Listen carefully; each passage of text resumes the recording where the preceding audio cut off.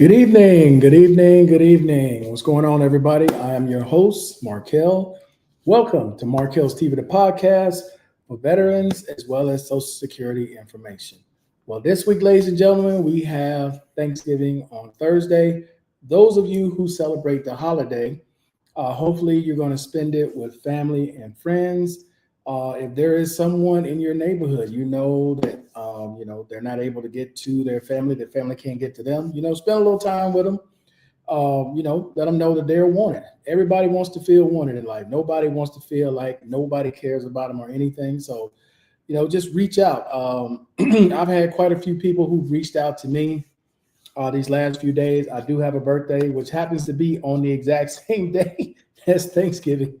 So that will be my birthday. And, I got people reaching out, wanting to say happy birthday, checking on me, make sure I'm good. But like I said, it's always good to feel wanted. Everybody wants to feel wanted, right? So it's nice hearing from people I haven't heard from a while, and they're not looking for anything. They're not asking for anything. Nobody's calling them, let me borrow some money, let me do this, let me do that. They just called in and wanted to chat because they haven't talked in a while. Wanted to see how I was doing and where I was, and having to take videos outside and go up on the roof, take videos and whatnot. So it was a pretty cool thing. Okay, now before I get started with anything, I want to give a shout out first to Mr. Miles. And I know that this is something that a lot of people have gotten used to doing these live shows on Tuesdays and Saturdays. And I was going to end it, but I'm not going to do it. I'm not going to end it, man, because there's too many people that have reached out from the WhatsApp group as well. And we're going to keep it going. It's just that there are going to be times, though, where I'm going to be taking vacations. I might be on a plane. There might be different things like that. So it may not always be that day, but it's going to be at least one day that week, and no telling where I may be. But we're gonna continue with the show, okay? But shout out to Mr. Miles. A little bit of a heavy heart. I'm not going to go into too much details about it, but let's put our thoughts and prayers with Mr. Miles right now. Heavy heart, okay? All right, so let's see who we got on with me real quick. Mr. H, salute. How you doing? Tommy, what's going on, man? Salute. OT, what's going on? Salute. How you doing?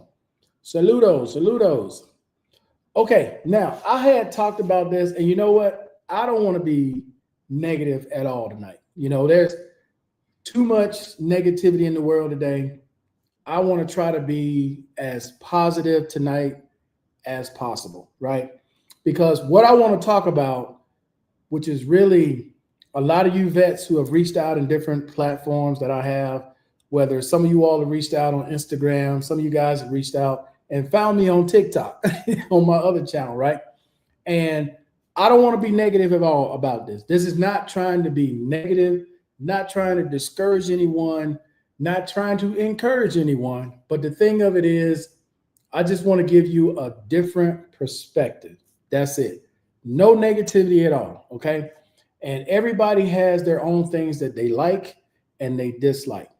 And I'm fully aware of that, right? That's what makes us unique as people. We have things that we like. We have things that we dislike. We have things that make us comfortable. And one thing I've always said is that you're going to be you no matter where you go in this world, right? Your habits are following you everywhere you go. So for some, they may be more comfortable in areas that may not be that great to some of us, but to them, that's their comfort zone. That's where they're most at peace. And for others, they may want to be in an area that's exclusive, more private, fenced in. They don't want to be bothered, and that's more comfortable to them. So tonight, my presentation to you guys is like this, okay? Because me and Howard kind of talk back and forth about it, and then there are people in the comment section that'll say something about it, and that is living abroad, right? Living abroad and the cost of living abroad. Now, I'm going to start with two terms. Everybody should know these two terms. You have expats and you have immigrants.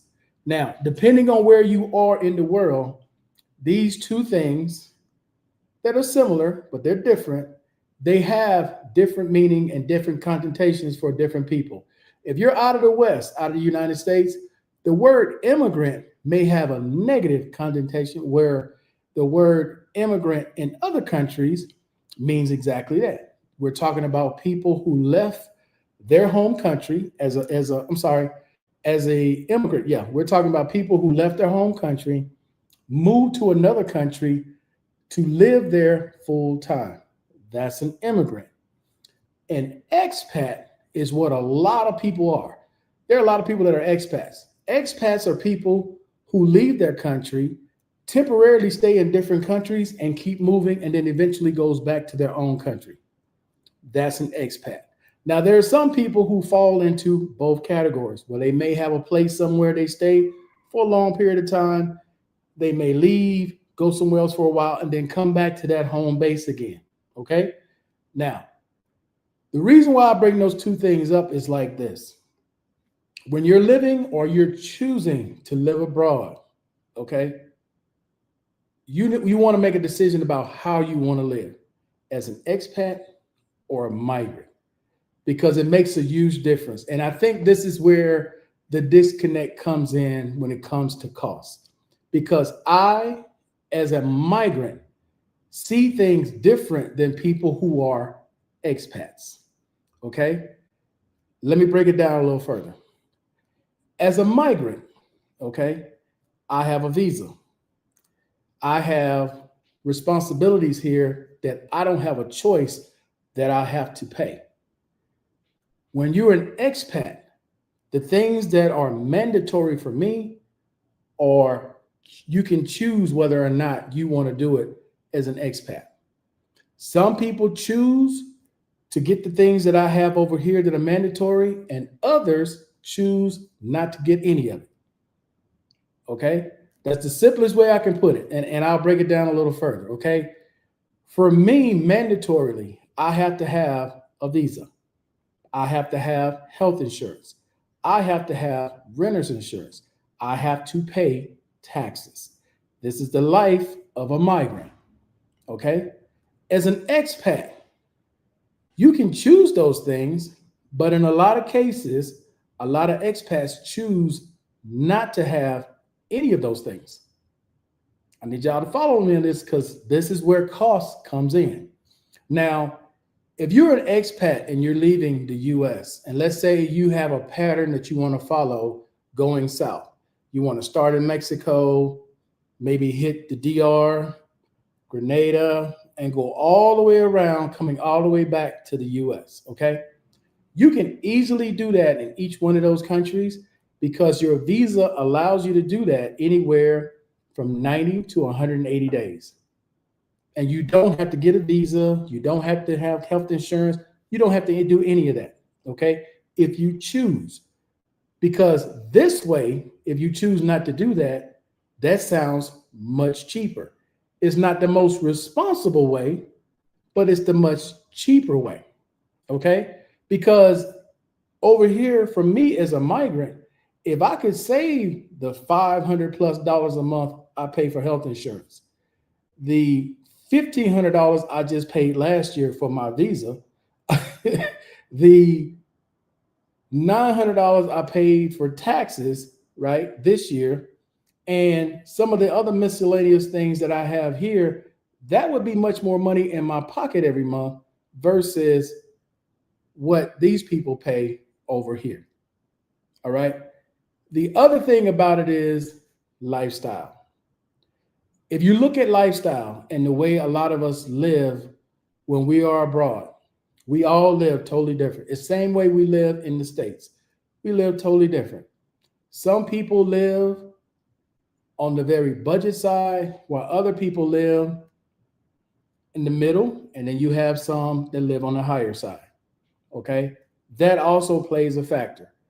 But I would tell people like this: whatever way you choose to live, it is up to you. But the mantra of telling people that it is so much cheaper abroad, that your money goes so much further abroad, that all depends. It all depends. Because if you're going to live a Western lifestyle, which is similar to the way you live in the US, it is not cheaper. There's no one that's going to point out anything to you in any country you go to living a Western lifestyle that's going to be cheaper than the US. We're not trying to compare what most people do to make it sound better. Miami, New York, LA, Hawaii. No. That's only 4 locations. There's 50 US states. There's 46 other states that are comparable to a lot of these places out here. Okay? Let's be clear on that. We're not talking comparing it to any of them, because 90 to 95% of the people who travel are not coming out of those 4 states.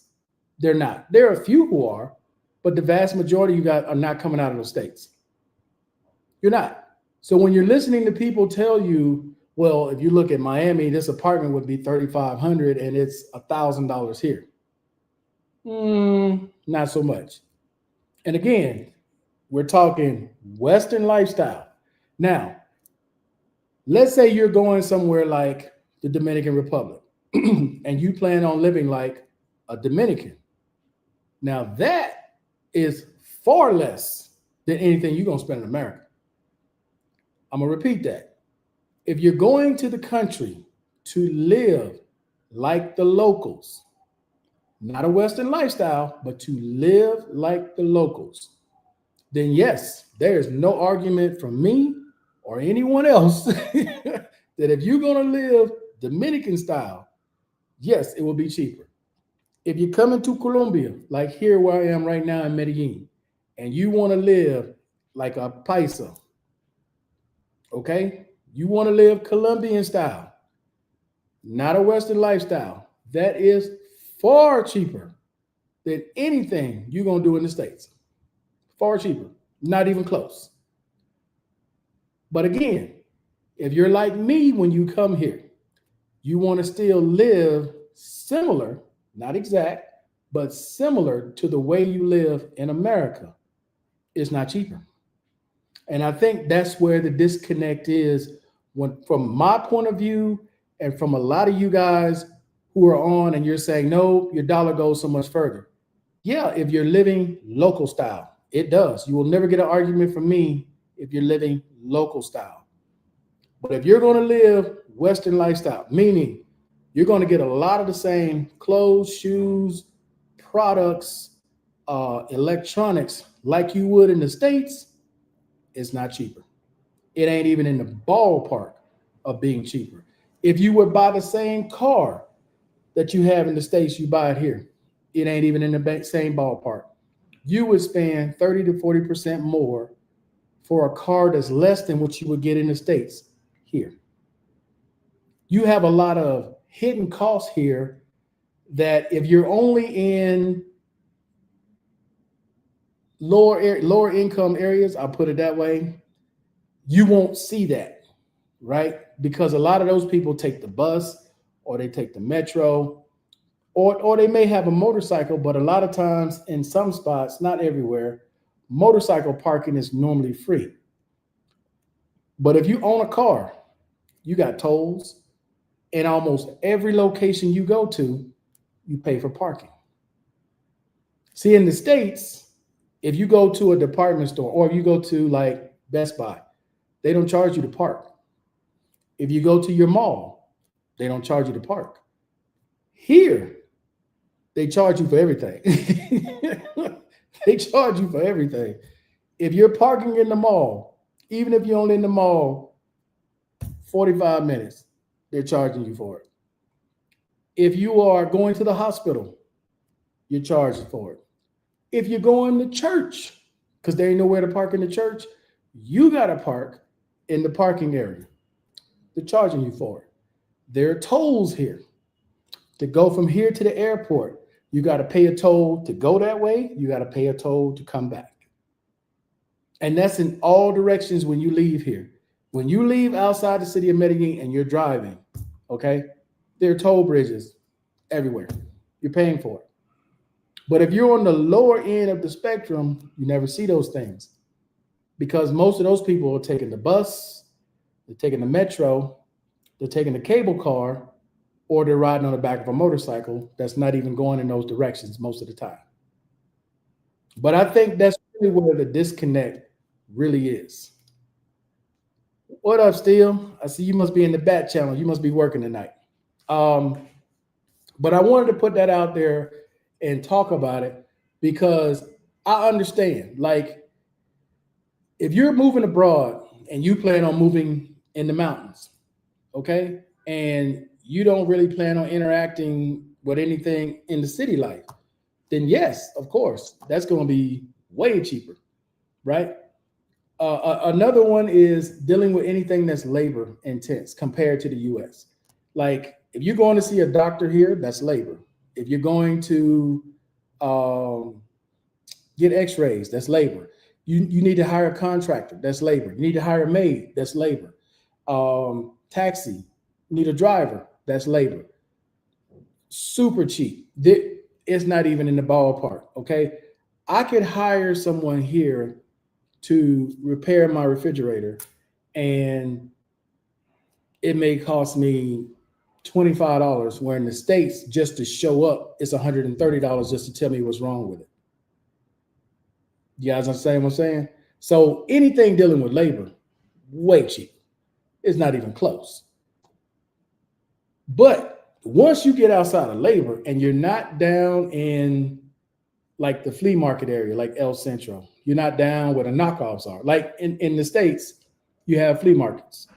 You have stores that sell like, what do you call it when the zipper's not right, or the shirt is kind of like twisted one way? What do you call that? Oh my God, I can't even think of it now. But you guys know what I'm saying. Like when they sew something and the seam isn't straight, it kind of veers off to one side, right? You go to stores like that in the States. But here, when you go to downtown El Centro, all that stuff is super cheap compared to what you would pay in the States. However, again, this is where we get back to the American lifestyle. However, once you go to the American lifestyle here, right, and you're going to the malls that sell the same thing that they sell in the malls in the States, this is where you will see huge difference. Huge difference. Shoes in the States, a pair of LeBrons are what, 160, 170. You're going to pay almost $300 for them here. Real talk. Cologne. Still loves cologne. I got a couple bottles of cologne. Cologne, $200 in the States. You're going to pay about $280 to $300 for that same bottle of cologne here. Okay, again, but this is Western lifestyle versus local lifestyle. Now, there are locals here who can buy that with no problem, can spend money just like anybody from the States. They walking around with all of the latest and the greatest. So never think that people in these countries are all poor. It's who you choose to be around. It's just like in the States. You have all three classes in the States. You have all three classes abroad. You have people on your low end, you have people in the middle, and you have people who are at the very top. Okay? So I just wanted to put that out there and frame it in a way that's easier to digest for a lot of people. And just to repeat this again, if you're coming to places like here and you're going to live local style, okay, that's way cheaper than anything you're going to spend in the States. But if you're coming here to live similar to the way you live in the States, you're going to spend way more. I remember we were on talking about Degree deodorant, right? They sell Degree only in one location in this city. That's at PriceSmart. It's a store similar to Costco in America. I think I looked it up today. It's like $288 in the States at Walmart. It's $5.59 here for that same 3.2 ounce bottle of Degree. So again, it just depends on which way you trying to go when you go abroad. And this applies in all countries. I don't care what country you go to. This applies in all. Western lifestyle versus local lifestyle. Look it up for yourself.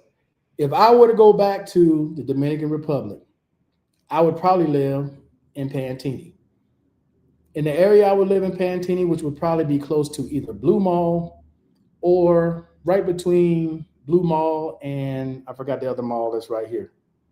But those apartments in that area, which are more Western lifestyle, you 2 grand, 2,500, 3 grand a month for those apartments. 2 bedroom, 3 bedroom, pool on the roof deck, all that. 2 grand, 3 grand. But if I were to go south a little bit to somewhere like Herrera and live local style, I could find a 1 bedroom or a studio, $150, $200 a month. That's living local style. So that is the biggest difference and what makes these places unique, right? And I just want to make sure I express that. Let's see. Steele said, yep, he's there till 10. Nothing like bootleg. Yeah, knockoffs. Okay. Counterfeits. Yeah. What's y'all word? Fugazi. Yeah. You wearing the Fugazi. You got a Ralph Lawrence. You got a polo shirt, but he ain't on a horse. He might be on a tiger or something like that. I don't know. Whatever they put there, but he ain't on a horse.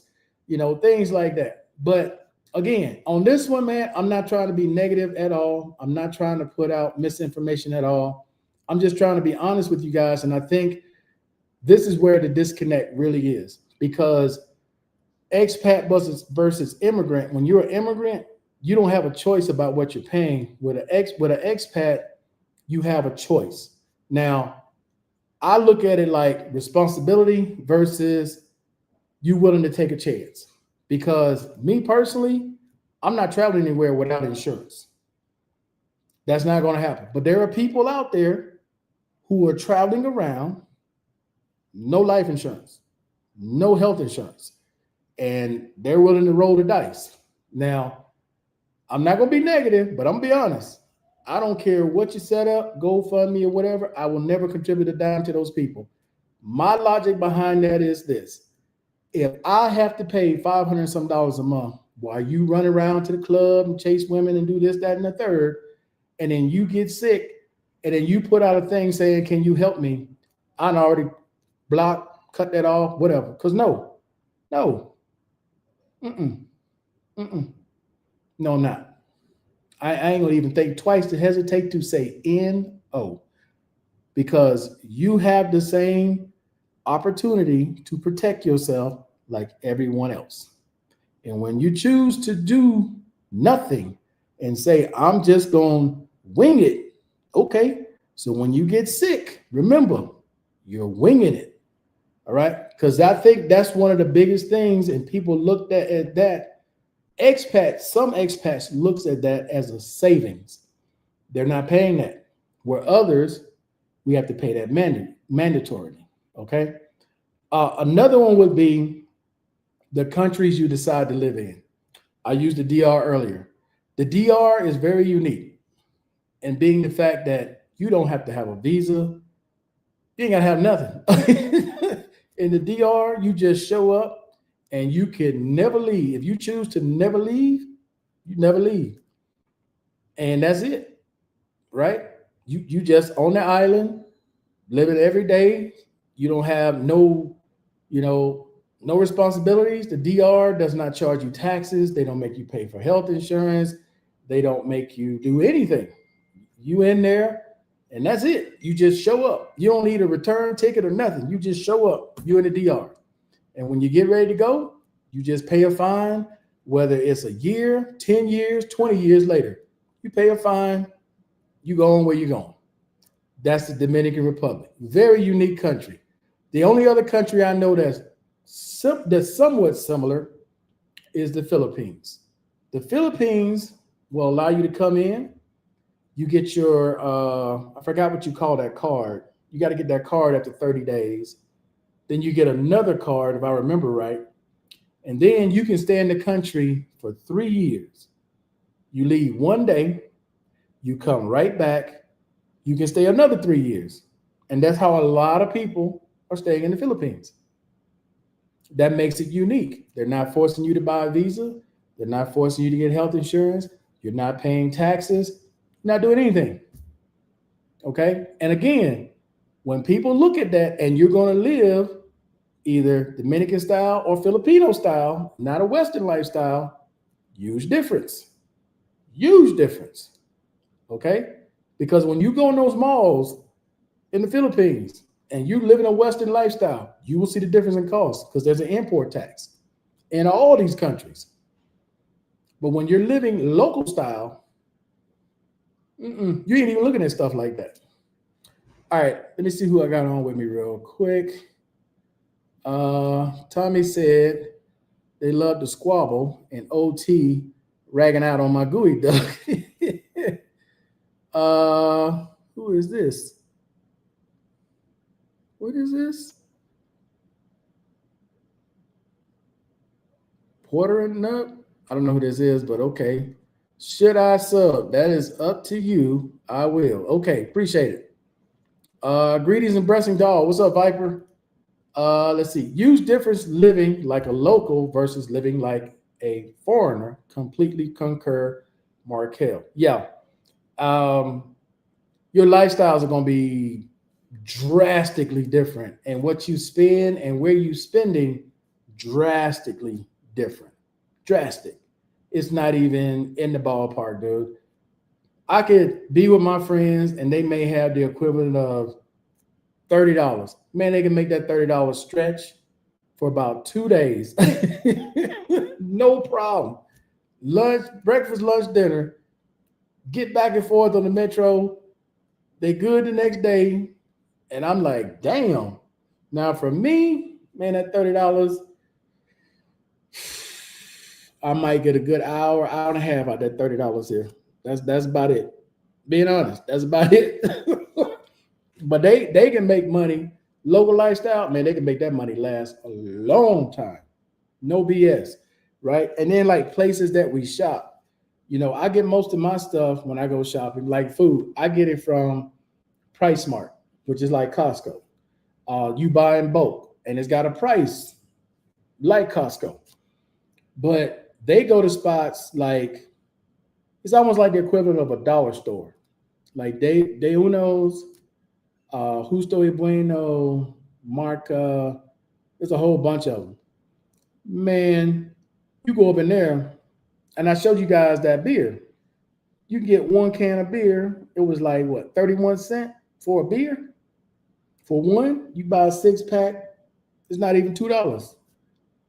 But if you go over here to Price Smart, oh no, that ain't gonna fly. You $2, you ain't buying nothing out of there for $2. Nothing.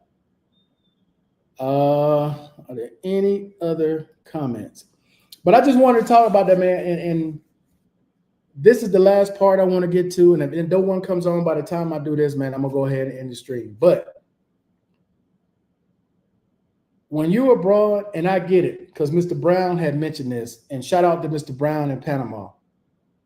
Mr. Brown had left because he got tired of, I'm gonna just say racism, right? And again, I'm not trying to be negative. I'm just talking in general because of a level of racism.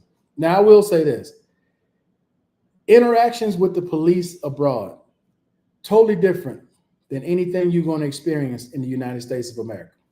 Totally different. Now, I don't know how it was where a lot of you guys were, but I know for most people of color, when you're driving your car and they get behind you and you can actually see the lights from when other cars are behind them in your rearview mirror, you get a little nervous, even though you haven't done anything wrong. You got a valid license, you got insurance, tags are up to date, you still get nervous because you know more than likely they're going to pull you over. Now, you haven't done a damn thing wrong. And most of the time, well, a lot of the time, the interaction goes fine. They'll stop you, give you some, whatever reason. They may be looking for drugs or whatever the case may be. And, you know, you work your way through that little situation and you're done. When you are abroad, at least for a foreigner, I don't know how it is for Afro-Latino here, for Afro-Colombiano here. I don't know how it is for their experience. But from my experience, the little interactions I've had with the police, it is night and day than it is in the US. Here, man, the police comes up to you, shake your hand, ask you how you doing, how you enjoying the place, if you can speak Spanish. Now, there are a few that try to speak a little English, and they may try to practice their English with you, but it's a total different experience here. Totally different.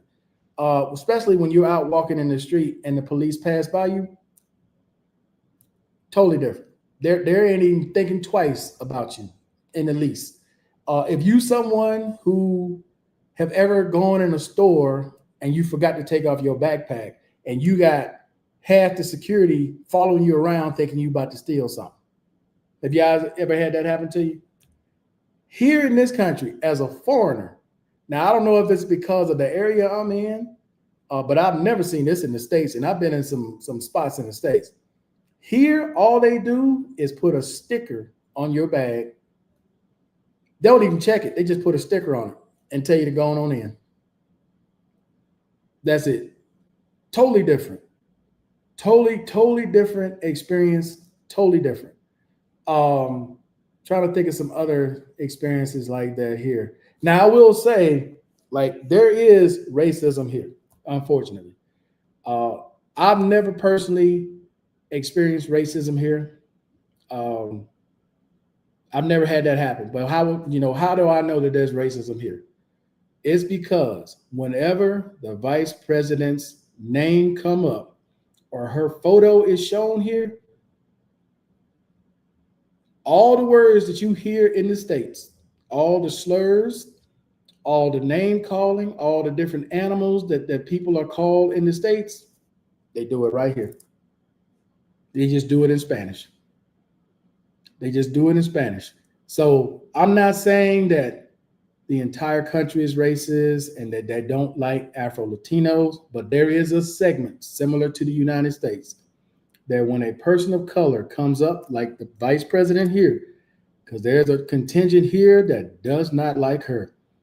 And even in some of the local newspapers, because there's no censorship here like it is in the States. Like if someone says something very derogatory in the States, they'll clean it up in the newspaper. They'll clean it up in the news, or they'll clean it up on the radio, whatever you're listening to it on. But here, it's word for word. Whatever way it was said is the way they're going to print it. No censorship. So just so everyone knows, racism is everywhere. It may not be as open in like it is in some parts of the U.S. or in some parts, around the world, but make no mistake. If there's been examples of videos that I put on where there was an Afro-Colombian cop on a plane, and there was a lighter-skinned Colombian, and the guy on the plane was just trying to tell him to calm down. You got to get off the plane. The lighter-skinned Colombian pushed him and slapped him. The guy held it together because the interactions here with the police are totally different now. The guy held it together. He didn't retaliate at all. He just turned the guy around and walked him out. Now, they all got on the national news, apologized because he called him all types of names similar to the names they call in the States. Okay? Those are examples, letting you all know it's here. Don't think it ain't here. It's here. It's just not as open in some areas as it is in the States. Okay? More minorities are moving overseas when they feel more accepted. Good observation, Markel. Yeah, like I said, I don't want people to get the idea that it does not exist in these countries, because it's due. But I will tell you in Latin America, I don't know about Asian America. I only been to the Philippines, and I can't give you like a synopsis of all of Southeast Asia because I haven't only been to the Philippines. But I can tell you from the areas that I've been here in South America, Mexico, DR, Puerto Rico. I've been to Peru. I've been to Ecuador. And of course, here in Colombia, I've been to Brazil. Classism is more prevalent than racism. I'm going to repeat that. Classism is way more prevalent than racism. Now, for those of you who don't know what classism is here, and you can see it, there's this great divide here, okay? You can see it in pretty much all Latin countries. You can see it. They separate the haves from the okays to the have-nots. There's a huge gap here, huge gap, very large gap here. So when you're with the haves, right? And regardless, like I can go in restaurants just like t-shirt, hat, and some, not all. There's some real strict dress code, right? They ain't trying to hear it. You got to go put some pants on and a button-down shirt, period. But there are a lot as a foreigner, because they don't know I'm a resident here, and I don't tell them. I don't try to correct them. As long as I can go with my shorts and t-shirt on, hey, they let me do it, I'll do it. But there's a segment here when you're with the haves, there's a big difference. And I'll give you guys a quick story, and I told this story before. We went to a luxury restaurant right here in Las Palmas, right down the street from where I am now. Nice, upscale restaurant. They didn't make me change my clothes. I went in with Erica, and my driver dropped us off at the front door. They didn't have valet parking at least they didn't do valet parking at the time we went there. So my driver had to go around and park the car. Me and Erica go inside, we get seated, we let them know we got one more person coming, and we getting ready to order. I didn't know it. I get a text message. I'm looking at my phone. My driver's explaining to me, they're not letting her in. She don't look like she belonged there. I'm like, what? Lighter skin, Pisces female. You guys have seen in many videos. And I got to go to the door to get her. So I go to the door and I say, she's with me. They let her in. And she was like trying to explain, that's my boss. I'm with him. I'm with them. He's like, you don't look like you fit. You don't look like you belong here. Classism. It's a real thing here. We went out to Llano Grande. There's a spot called Rico's Farm. I had a video on my tech channel. I think I took it down though. But Rico's Farm, very upscale area in Llano Grande. Okay. When you go out to the parking lot, Beamers, Lexus, Mercedes, Teslas, you see it all in the parking lot. Rico's Farm. Google it. So anyway, Rico's Farm is like, it's like a family area. There's restaurants. There's like a kids area. They got animals and stuff. And then they got this big fun house out there, right? Another situation where I'm with a couple friends. Erica didn't go with us this time. I got my friend Daya. I got my driver, and we got our daughter. Okay. So me and her daughter, we walk over so she can pet the little animals.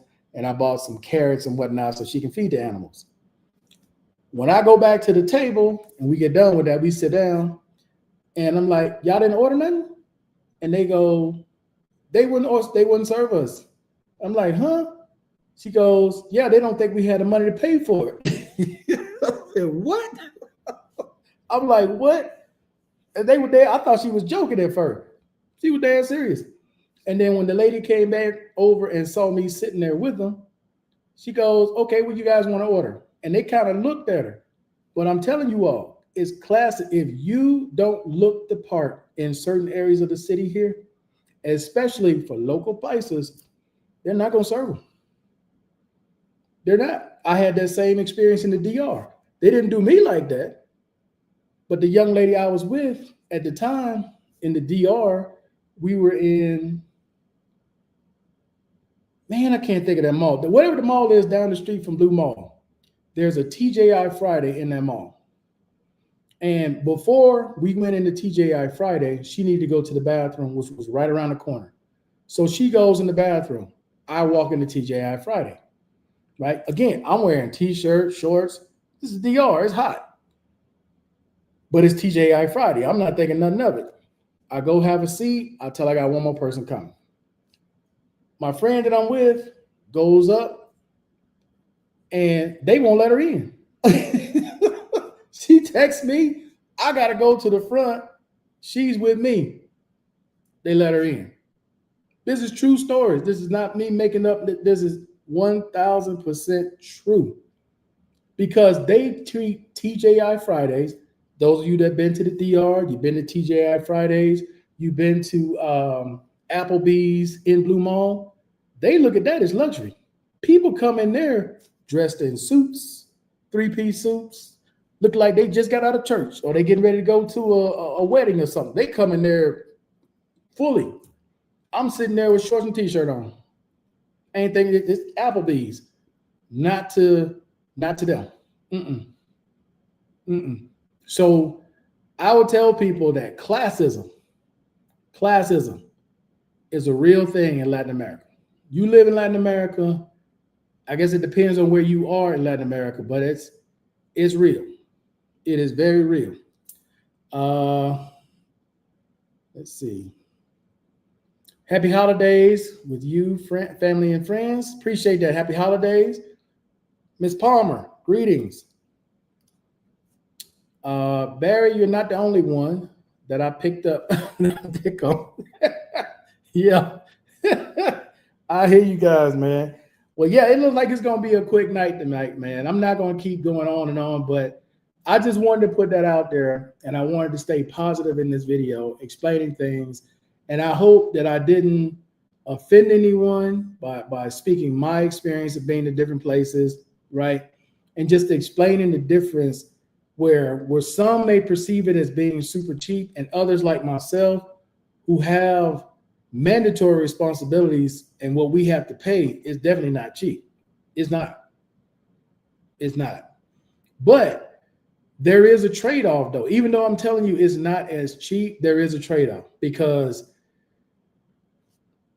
I have lived here so long and I have built such a friendship and relationship with a lot of people that I know here. And I know one of the number one reasons people leave is loneliness.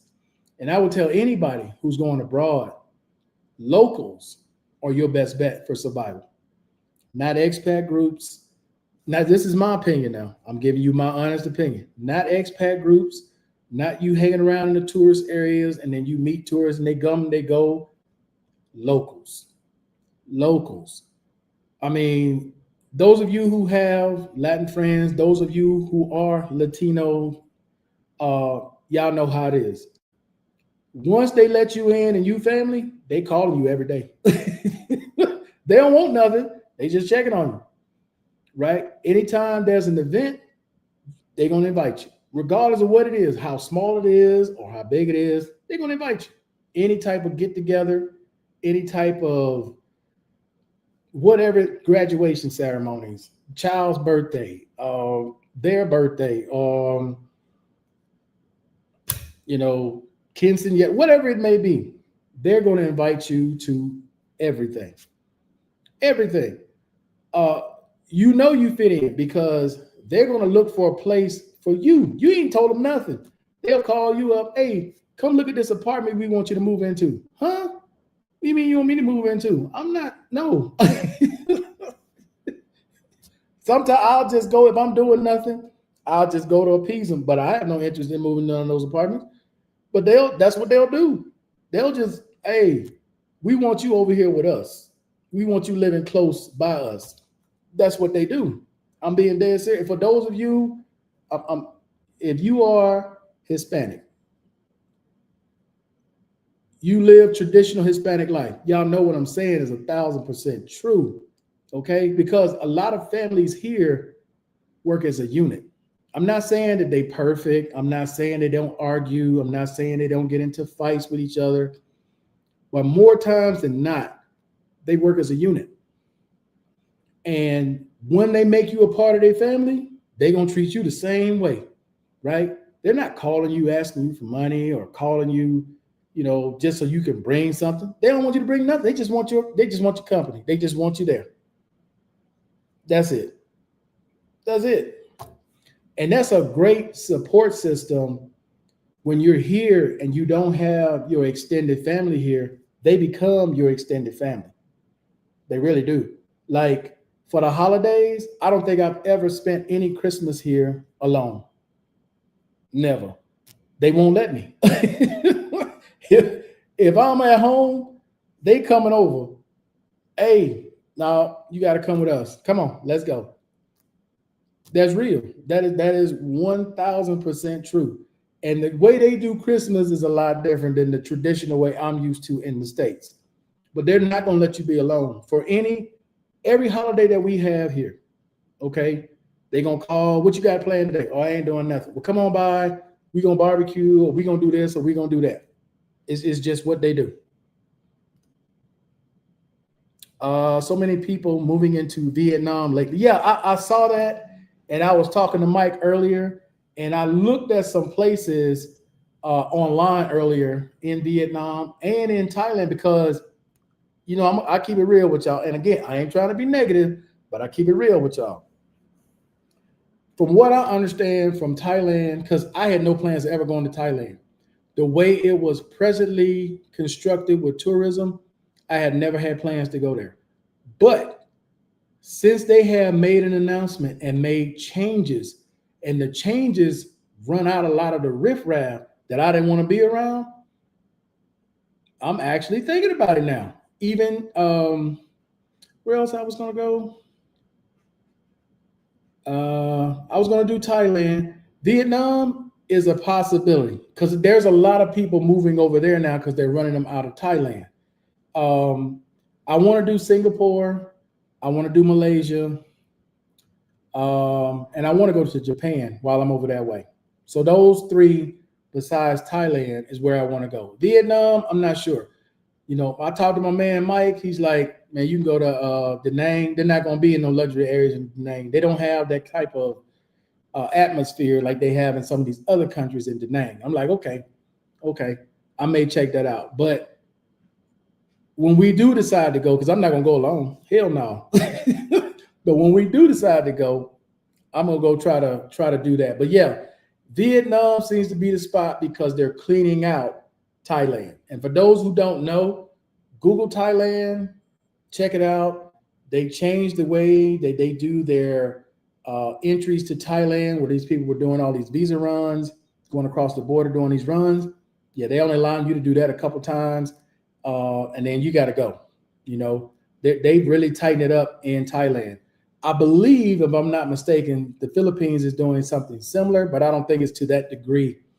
And then for those of you that's trying to come here, by now, I'm pretty sure a lot of you guys know what's going on here now, particularly in Medellin. And what's happening in Medellin is going to filter to Bogota first, then it's going to go to Cartagena, then it's going to move all the way down the line, okay? Because for some, they're telling people, and I'm going to keep it a buck, not to be negative, but I'm going to keep it a buck. For some, they're telling people, well, just fly into Bogota and then come to Medellin. It doesn't matter if you take in international or domestic and you come to Medellin. I can tell you this, as somebody who recently went to Santa Marta last week, we took a domestic flight. The guy came up to me because Erica went to the bathroom. I was standing there by myself. There was a migration officer. Speaking of the devil, she just texted me. But there was a migration officer that came up to me, asked me where was I going, which the sign says Santa Marta. And then he asked for my passport. I gave him my ID card for here, my residential ID card. And he simply said, okay, thank you, and moved on to whoever else. He pulled 4 people out, and they all went to secondary. And I want to say this before I get off tonight. Okay. There's this thing online going around about people talking about dummy phones. All right. I don't believe people realize people in Colombia are not stupid, right? People are not stupid. They watch, they understand, like, you can go on here and change the language. Like if you're in another country and you're watching this video, it's going to change it automatically to your language. You can also go in and hit the configuration button and change my language to whatever language in whatever country you're in.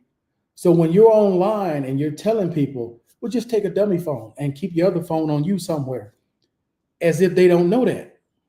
They know that.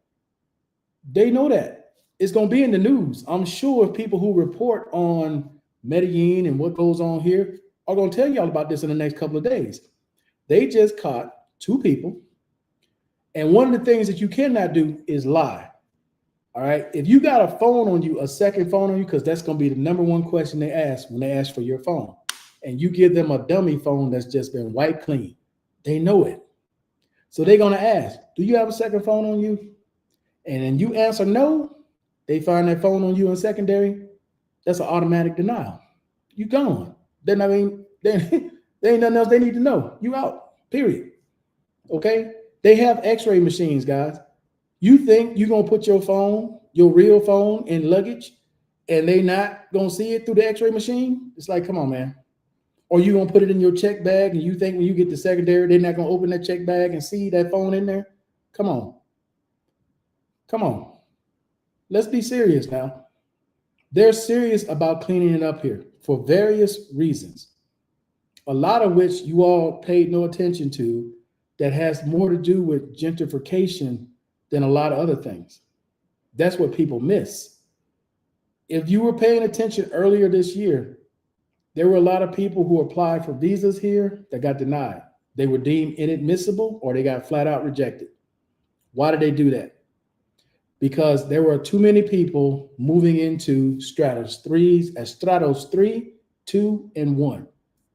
What was the problem there? Those are subsidized areas for low-income families. They were never intended for tourists. First of all, they never believed tourists would ever live in those areas. But when they opened up that digital nomad visa, where do you think all those digital nomads went?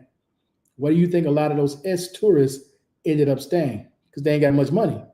They're going to stay in those lower income areas. So what happened over there? The prices went up. The families that were living there could no longer afford to be there. They had to move further out. So come the beginning of this year, they changed it. You're a digital nomad and you were barely making it, they didn't approve your visa. And it's all over the internet. Go check. Google it.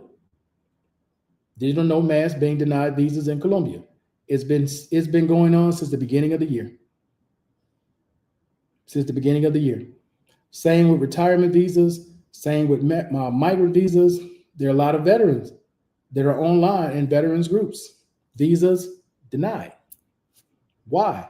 A lot of them in low income areas. That's real talk. That has a lot to do with what's going on right now at the airport. And as I said, once they feel they got it under control here, Bogota is next. It doesn't mean that it's going away here. They're still going to do it here, but Bogota is going to be next. And then the next one after that is Cartagena. I believe Bogota, they're supposed to start in either January or February of next year.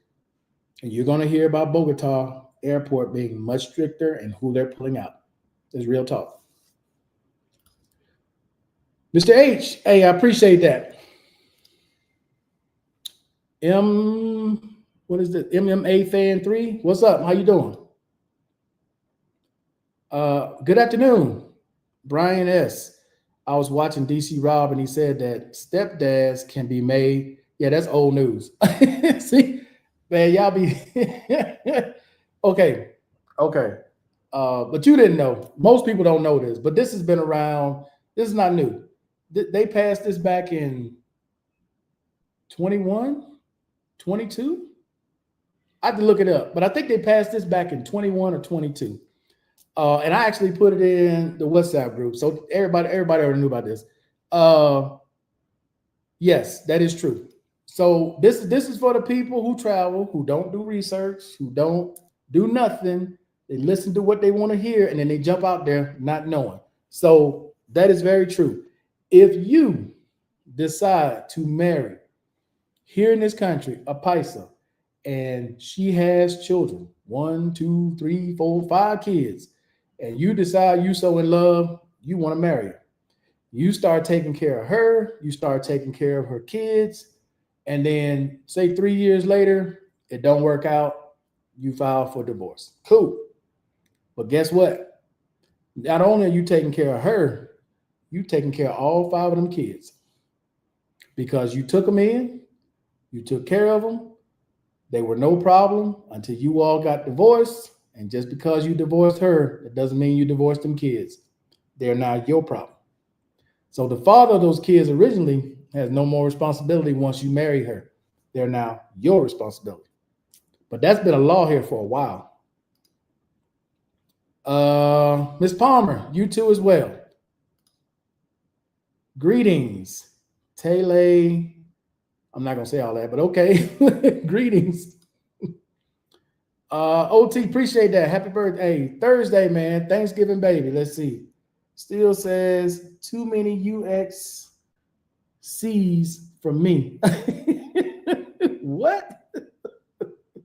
But all right, guys, I'm about to get off here, man. Let's see. Appreciate it, Brian S. I'm a veteran and husband also. A letter came in the mail from my husband for a reduction. Oh, sorry to hear that. First thing you need to do, file an appeal. That'll put a pause to it immediately. If you don't file an appeal or do anything, they're going to continue with the reduction. But I don't know what the reduction is for, but if you want to stop it immediately, you file an appeal. It should give you an explanation of why they plan on reducing your husband's rating. Wait, I'm a veteran and a husband. Okay. So it's I'm a veteran and a husband. Also, a letter came in the mail for my husband. Okay, I'm lost with that one. But anyway, file an appeal. Don't know why. I don't know if it was for an error. I don't know if it was for, I don't know,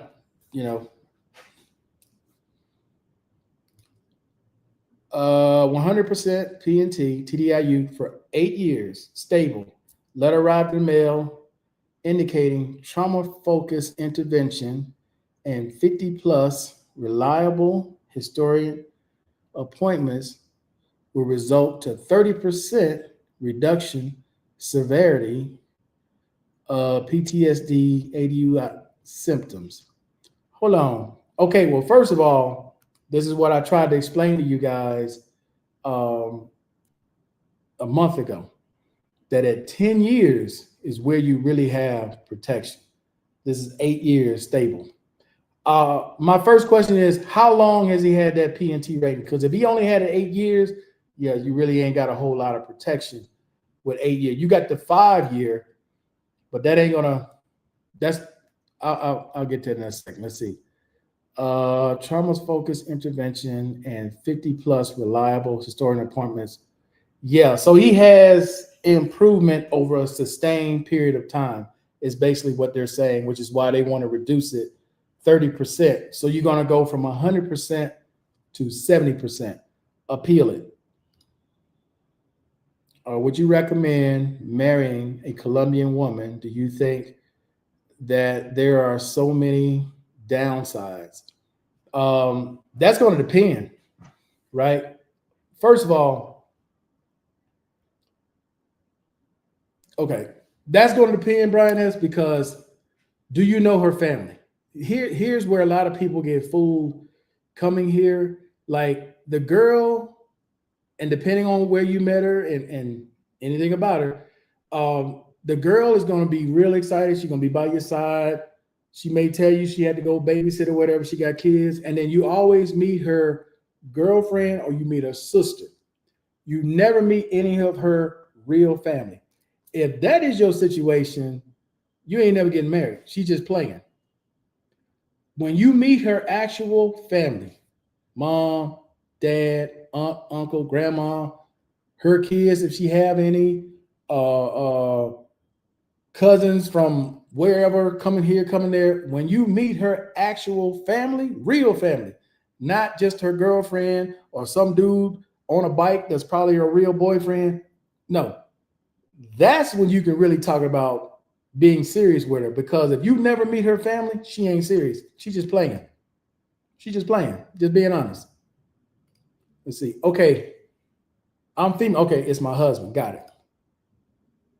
Verifying absentees from alcohol and other substances by self-report and reviewing it at every session.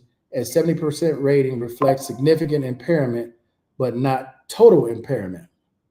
Okay. Last part, thanks for the info. As a reliable historian, the veteran has taken 12 anger management classes. The rating will likely decrease to the lower level of, damn, they want to take 50% if the symptoms no longer cause. Okay, like I said, if you want to take action on this immediately, you want to appeal it. Okay, that's the first thing you want to do is appeal it. Gather all your documentations from what they're referring to. Go back into My Healthy Vet or go to va.com and then go to your medical records and look over everything that was written.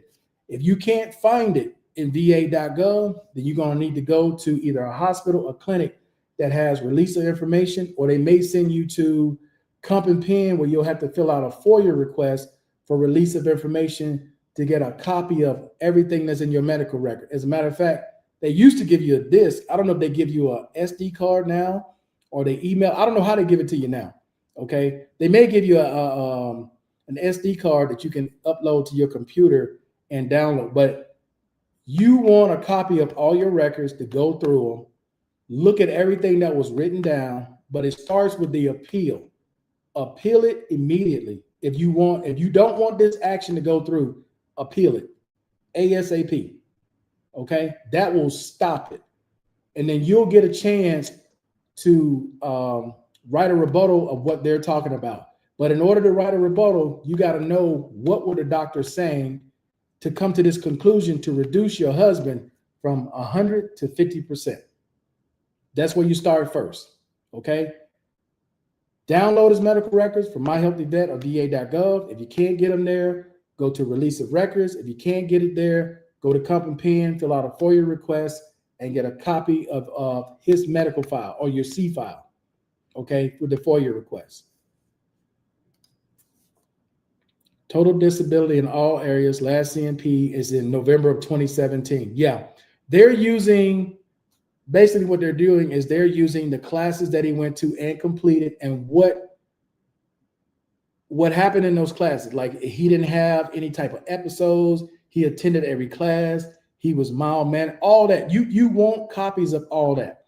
You want to look at everything that was said because they had to use those type of records over a sustained period of time. So if he's been going to classes, been doing therapy, been doing all these different things since his rating, and they can show like 5 years continuous, no issues, no nothing, they're saying that the classes work, which is why they want to reduce his rating.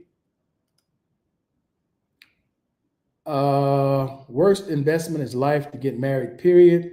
Sounds worse. Investment is divorce. Hey man, look, if you in love and you want to get married, cool. The only thing I'll say, and I said this before, if she is serious, and people who've been in Latin America know, if the woman is dead serious with you, you met her real family.